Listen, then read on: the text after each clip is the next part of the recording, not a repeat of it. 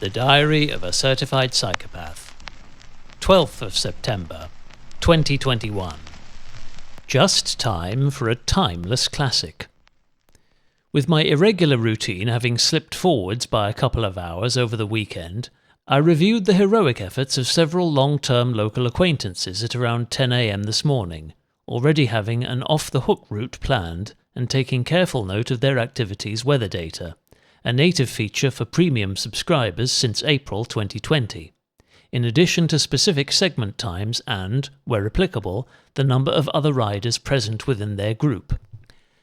Having a comprehensive PB database committed to memory, at least as much as could be stored by ZX81, this process helps me both verify the accuracy of our Climate Prophet's unimpeachable real-time telemetry and obtain empirical evidence to support a portfolio of interchangeable and conciliatory excuses, rationalising why I happen to be slower than them.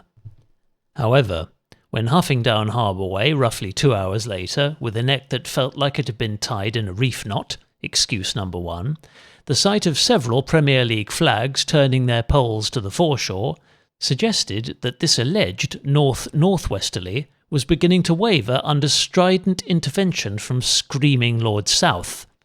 Moments later, having taken my usual distance-conscious detour around Shoreham Airport, I saw my sun-traced silhouette on the ground and instantly became conscious of how vigorously the sleeves of my cotton top were flapping, and once more began ruminating over precisely what attires constituted the perfect compromise between comfort and performance. At the very next instant, I heard the spellbinding hollow whistle of deep-section carbon rims on tarmac approaching from behind, and a skin-suit-clad soloist perched on an aero-optimised thoroughbred streaked past, paying me a friendly compliment, which I wasn't fast enough, in any sense, to return.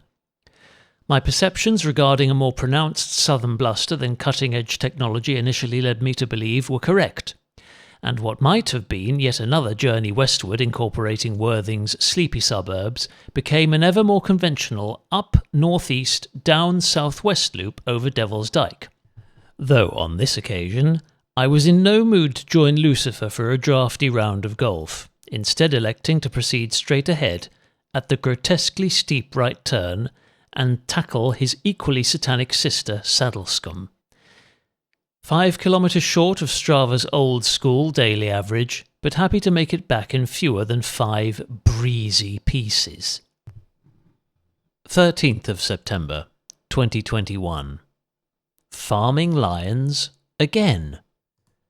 Because, if you only ever harvest just enough for 2 days, you're never without a reason for your next real-life ride. Remember, Amazon's for Garmins, not groceries. Firmly back in the role of family forager, I've determined that this route is one of the most effective for accumulating both actual miles and a substantial inventory of household provisions. It is the second occasion that I have ridden it in as many weeks, and under similar conditions, though this more polished encore rendition was on a slighter steed, aided by a marginally stiffer and, I'm astounded to admit, correctly forecast east wind.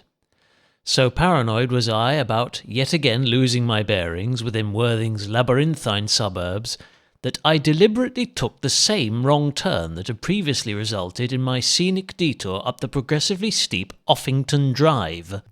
Around these areas, any prominent residential location bearing Drive as its surname is likely to be classy, spacious, curvaceous, serenely guarded by towering deciduous sentinels, and populated almost exclusively by detached properties, each apportioned sufficient private parking to accommodate a sit-on lawnmower, a pair of 4x4s, a granny annex, and half a dozen wheelie bins, including 2 with double capacity receptacles for gardening waste. By the way, locals, it's the grey one tomorrow. 14th of September, 2021. Chores between showers. The sole saving grace on days that are predicted to be grim washouts is that on the minuscule off-chance that our meteorological mediums are mildly mistaken, the housebound athlete will likely be gifted a windless window of opportunity.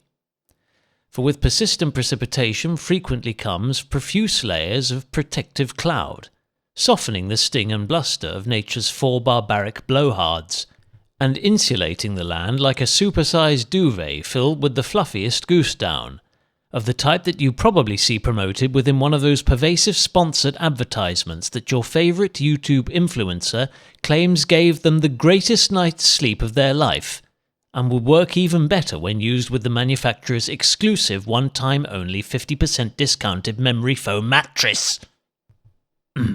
Back on topic. Save for two exceptions and a peppering of pelican crossings, this squiggly, slopey suburban roller coaster sneakily avoids every set of traffic lights between Shoreham and Hove, and both those aforementioned exceptions timed their transitions to perfection. In fact, though resolutely overcast with not a sliver of silver lining from an experienced and weather-worn cyclist's sitting point, these conditions might well be as conducive to constructive training, comfortable commuting, or carefree exploration as any could rationally conceive of. I, for one, found it a blessed and beneficial relief to be able to spend almost as much time mashing out of the saddle with open shoulders and uncrushed lungs as during a typical ascent of the Alpe du Zwift. The sweeping crescents and secluded cul-de-sacs of Mile Oak and Hangleton, both officially recognised as settlements within the borders of Brighton and Hove and served by its unitary council, embody local domesticity in the purest form. These endearing hodgepodges of semi-detached bow-fronted abodes topped with pitched roofs of densely appointed rust-orange tiles always conjures up vivid childhood memories of after-school shenanigans with chums. Their ever-friendly family kitchens, cosy bedrooms and practical facilities were invariably situated in the same internal locations. Thus, one need only be too shy to ask once. Had a steady resumption of rainfall not curtailed this clement environmental interval, I'd have been sure to negotiate a similarly twisty tour through Portslade and Southwick on my journey homeward. Nonetheless, almost 40 kilometres of real-life distance on a day that I'd initially resigned myself to turbo duty puts me virtually one whole innings ahead of Strava's 24-hour quota.